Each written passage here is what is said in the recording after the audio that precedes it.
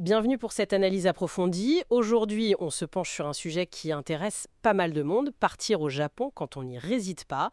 On va regarder les aspects pratiques, la fiscalité surtout, et puis l'expérience des nomades digitaux là-bas. Oui, bonjour.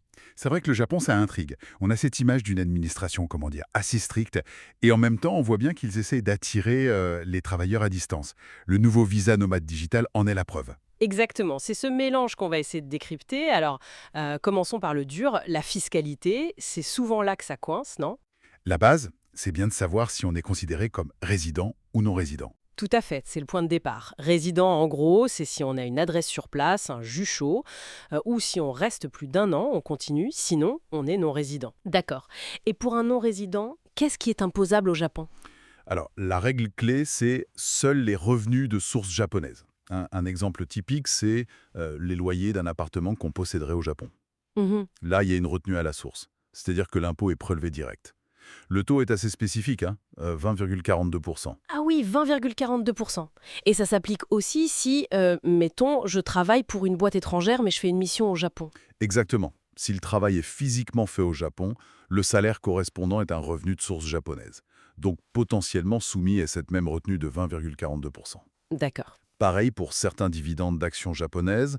Là, les taux peuvent varier un peu, genre 15,315% ou aussi 20,42%.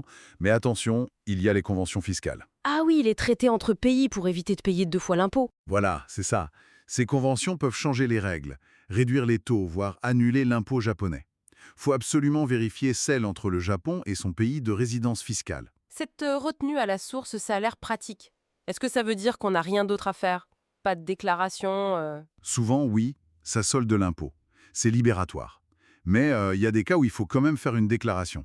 La vente d'un bien immobilier au Japon, par exemple. Ah, d'accord. Là, une déclaration s'impose, généralement avant le 15 mars de l'année suivante. Et si on n'est pas sur place, on peut nommer un représentant fiscal.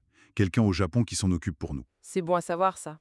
Et une question qui revient souvent, le nouveau visa pour nomade digital, celui de 6 mois, est-ce que ça nous rend résident fiscal? Non. Et ça, c'est un point crucial. Comme le visa est limité à 6 mois max, on reste non résident fiscal. Donc, si on travaille à distance pour son employeur étranger, sans activité au Japon même, ces revenus-là ne sont pas imposables au Japon.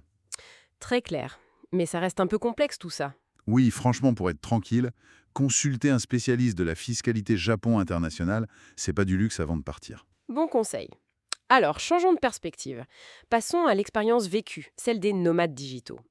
Qu'est-ce qui les attire tant au Japon, au-delà des clichés? Ce qui remonte vraiment beaucoup, c'est la sécurité. C'est frappant. L'anecdote du PC portable laissé sur la table du café, c'est pas une légende apparemment. Incroyable. Et puis, les infrastructures. Les transports sont d'une efficacité folle. Le Wi-Fi, dans les villes, en tout cas, ça marche plutôt bien. Et puis, bon, la diversité. Culture, nature, bouffe, vie nocturne. Il y en a pour tout le monde. Ça donne envie. Mais il doit y avoir des inconvénients, non? Le coût de la vie, j'imagine. Ah ben oui, forcément. Comparé à, disons, la Thaïlande ou le Vietnam, c'est pas le même budget. Le logement, ça douille. Les transports aussi. Le Shinkansen, c'est génial, mais c'est cher. Mhm. Cela dit, faut nuancer. Certains disent qu'avec le yen, qui est assez bas en ce moment, et si on évite Tokyo, ça reste abordable pour un pays développé. D'accord. Et l'intégration, la barrière de la langue, créer des liens profonds. Et puis, faut pas oublier les risques naturels. Les séismes, les typhons, ça fait partie du décor. Pour ceux qui sont tentés, où est-ce qu'ils s'installent en général? Tokyo, c'est l'évidence, mais peut-être trop cher, non? Ah oui, Tokyo, c'est dynamique, mais cher et immense. Kyoto, c'est le choix culturel. Osaka a la réputation d'être plus cool, plus accueillante et moins chère. Et il y a Fukuoka, aussi sur l'île de Kyushu. C'est moderne, agréable à vivre. Et pour travailler, les espaces de coworking? Il y en a de plus en plus, surtout dans les grandes villes, oui. À Tokyo, genre Shibuya, Shinjuku, c'est plein. Les cafés, c'est une option, mais ils sont souvent bondés et pas toujours adaptés pour rester des heures. Quelques astuces pratiques pour finir, des choses à savoir. Ben, pour le fameux visa nomade digital, faut quand même justifier d'un revenu annuel assez élevé, genre 10 millions de yens, ça fait autour de 60 000 euros, et avoir une assurance santé privée. Ah oui, quand même. Le Wi-Fi de poche, le Pocket Wi-Fi, c'est souvent recommandé, surtout si on bouge un peu hors des sentiers battus. Pour se loger, il y a des appartements avec service, ça peut être pratique au début.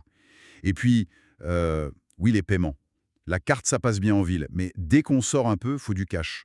Toujours avoir des yens sur soi. Et la nourriture? On mange bien et pas trop cher? Ah, la nourriture, oui. C'est un des gros points forts. Au-delà des restos, les sous-sols des grands magasins, les depachika. Et les supérettes combini, c'est génial pour manger bien et pour pas très cher. Bon, alors si on essaye de résumer, le Japon, ça offre un mélange assez unique de modernité, de sécurité, de culture, mais ça demande une bonne préparation, budget, impôts, et être prêt aussi aux défis culturels et linguistiques. C'est exactement ça. Et ça m'amène à une petite réflexion pour conclure. On voit que le Japon fait des efforts pour attirer ses nomades avec ce visa. Mais en même temps, les retours insistent sur le coût de la vie, les difficultés d'intégration. Alors la question c'est, point de dérogation, comment le Japon va-t-il réussir à concilier cette envie d'attirer des talents du monde entier et en même temps préserver sa structure sociale, ses particularités et ses réalités économiques?